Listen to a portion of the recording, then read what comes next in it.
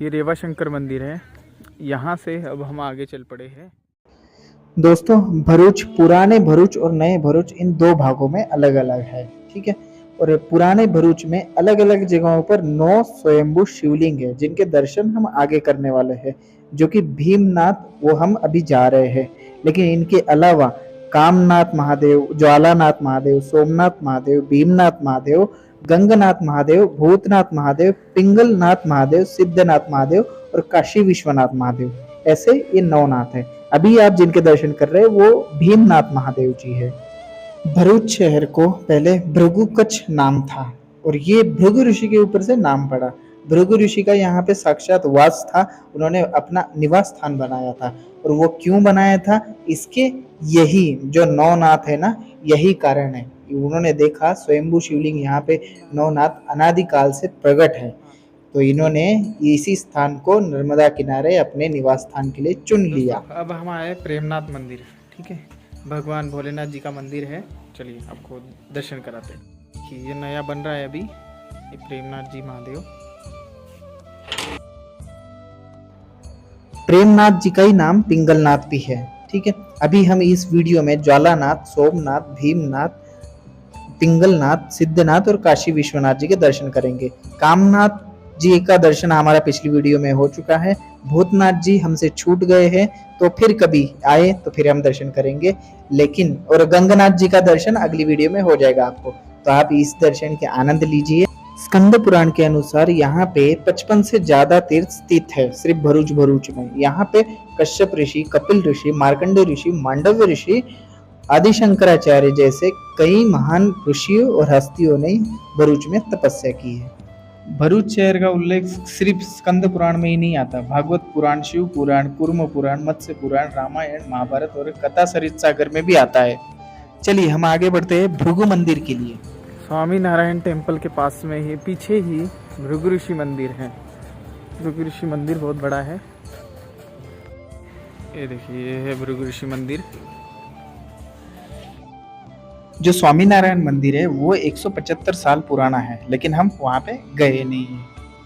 दोस्तों वो स्वामी नारायण मंदिर है आगे, और इसी के पीछे है सोमनाथ महादेव। भृगु ऋषि मंदिर के पास में ही सोमनाथ, 9 नाथों में से एक नाथ, उनके दर्शन करने हम चले।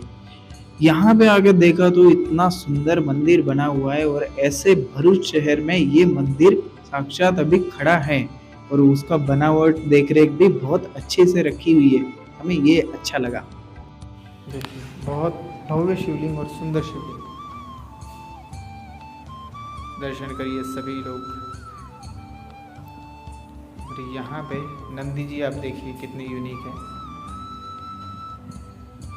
ऐसी मूर्ति कहीं कहीं होती है नंदी जी की।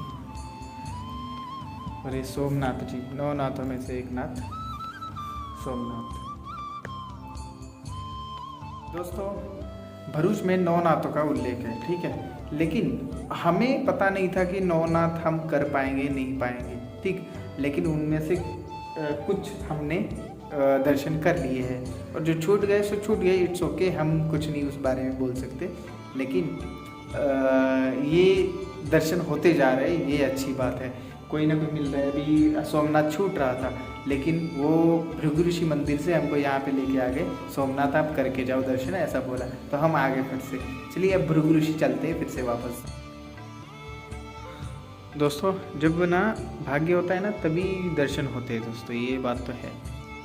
पिछली बार तो ऐसा कुछ भी नहीं हमने किया था, फटाफट चले गए थे। लेकिन इस बार ऑलमोस्ट दर्शन हो रहे हैं, और अभी बहुत सारे मंदिर है और सारे कर भी नहीं पाएंगे हम। स्पेशल देना पड़ता है सब कुछ, वो भी परिक्रमा में है तो कुछ क्राइटेरियाज होते हैं।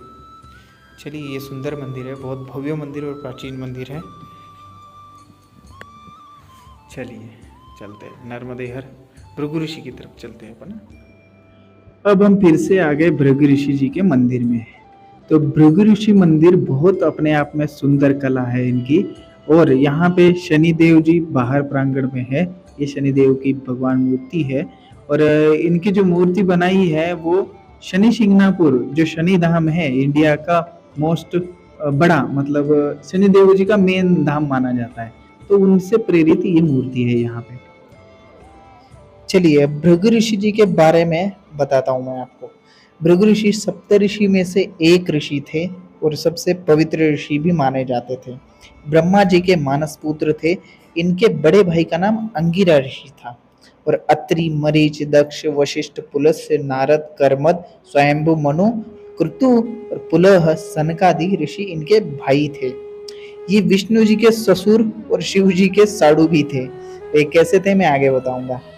भृगु ऋषि जी की पहली पत्नी ख्याति जो कि दक्ष प्रजापति की कन्या थी और दक्ष प्रजापति की दूसरी कन्या सती जो भगवान शंकर से ब्याह कर दिया गया।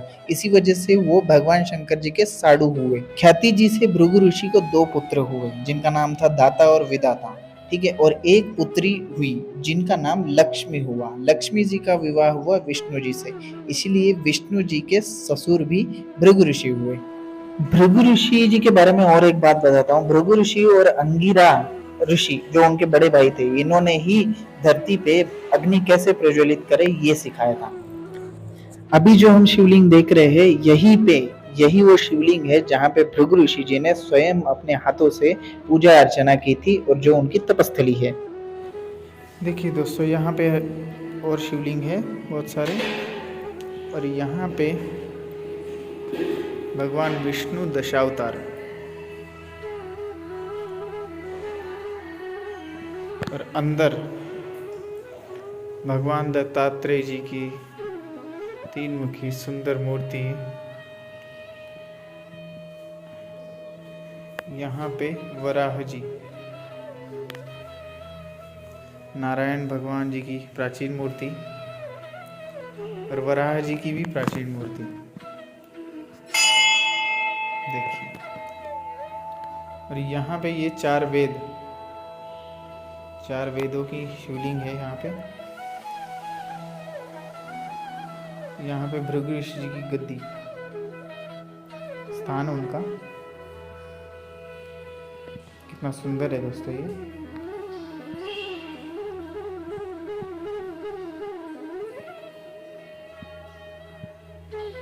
है ना सुंदर।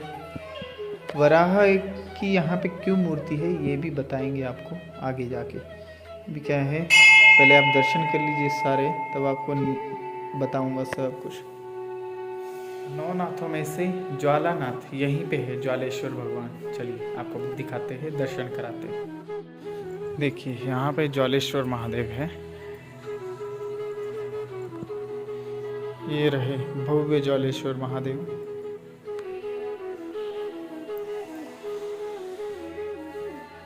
दर्शन कर लीजिए आप ज्वालेश्वर महादेव जी के।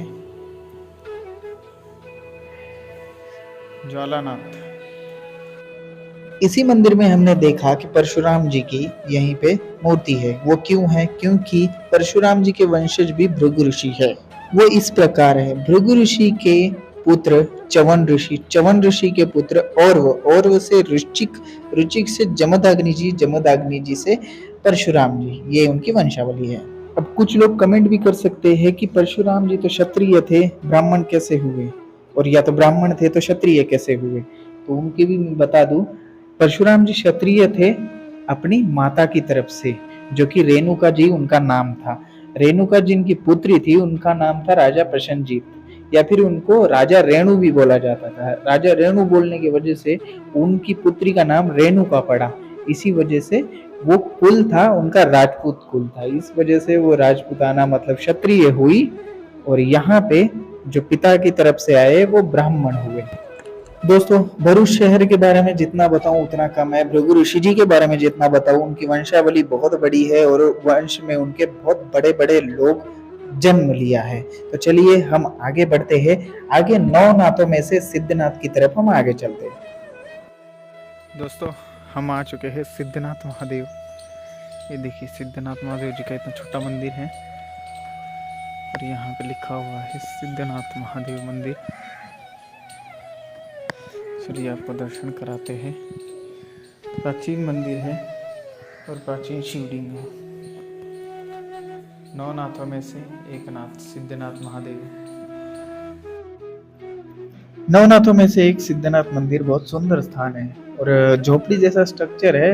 बहुत सुंदर मंदिर, रखा भी बहुत सुंदर। जो पुजारी है उनकी तो तारीफ करनी पड़ेगी भाई, क्योंकि बाकी मंदिरों में से ये मंदिर बहुत टिप टॉप में है। और इसमें मैं बता दूं कि सिद्धनाथ मंदिर मैया जी के बिल्कुल किनारे के पास में है। किनारा हालांकि यहाँ से बहुत दूर है अब, क्योंकि भरूच में सबसे ज्यादा गंदे नाले मैया जी में मिलाए जाते हैं। अभी जो आगे जंगल दिख रहा है ना, वो सारे गंदे नालों का है। अगर वहां से हम जाना चाहे ना, तो इतने सारे गंदे काले पानी के नाले हमें पार करने पड़ेंगे, बता नहीं सकता। और सारा कांटों का जंगल बन चुका है। सिद्धनाथ महादेव से आगे चलते हैं हम काशी विश्वनाथ जी के यहाँ पे, जो कि बहुत ही अद्भुत स्थान है। अभी हम जिनके दर्शन कर रहे हैं वो है काशी विश्वनाथ जी। काशी विश्वनाथ जी का मंदिर जो भरूच में है ना, वो क्या है, एक मकान के अंडरग्राउंड एरिया में है। मतलब सीढ़ियाँ, ये वाली सीढ़ियाँ उतर के नीचे आनी पड़ती है, तब जाके इनका दर्शन होता है। 3 शिवलिंग है यहाँ पे, बहुत सुंदर स्वयंभू शिवलिंग है। उनमें से एक काशी विश्वनाथ है, बाकी 2 पता नहीं है मेरे को। और कैसा है, पूछते पूछते आना पड़ता है। सिद्धनाथ में मैंने बैग रखी, फिर जाके पूछते पूछते आया, क्योंकि एक नाथ हमारे छूट रहे थे, काशी विश्वनाथ, तो उनके दर्शन करने में आ गया। ये देखिए कैसे नीचे। दोस्तों, आपने अभी जिसके दर्शन किए, जिन भगवान के, वो है काशी विश्वेश्वर जी। ये थोड़ा अंदर की तरफ है, आपको पूछते पूछते जाना पड़ेगा। तो सिद्धनाथ मंदिर आके फिर हम चल पड़े आगे की तरफ। ये सिद्धनाथ मंदिर में 2 मूर्तियां रखी है।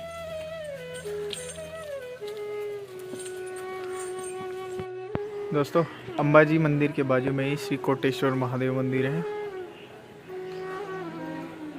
चलिए आपको दिखाते हैं।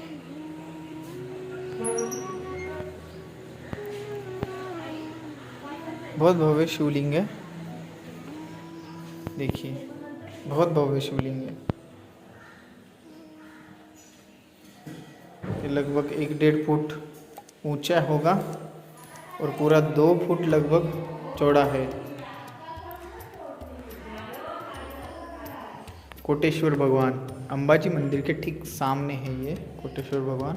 चलिए अंबाजी मंदिर के भी दर्शन कराते हैं आपको। आज बहुत सारे दर्शन एक ही जगह पे हो जाएंगे, भरूच में ही। चलिए दोस्तों चलते हैं। नर्मदे हर हर हर महादेव। दोस्तों, ये अंबाजी मंदिर है, भरूच का शक्तिपीठ में से गिना जाता है। चलिए आपको दर्शन कराते हैं। अंबाजी माता और संतोषी माता और मोटेश्वरी माता यहाँ पे है।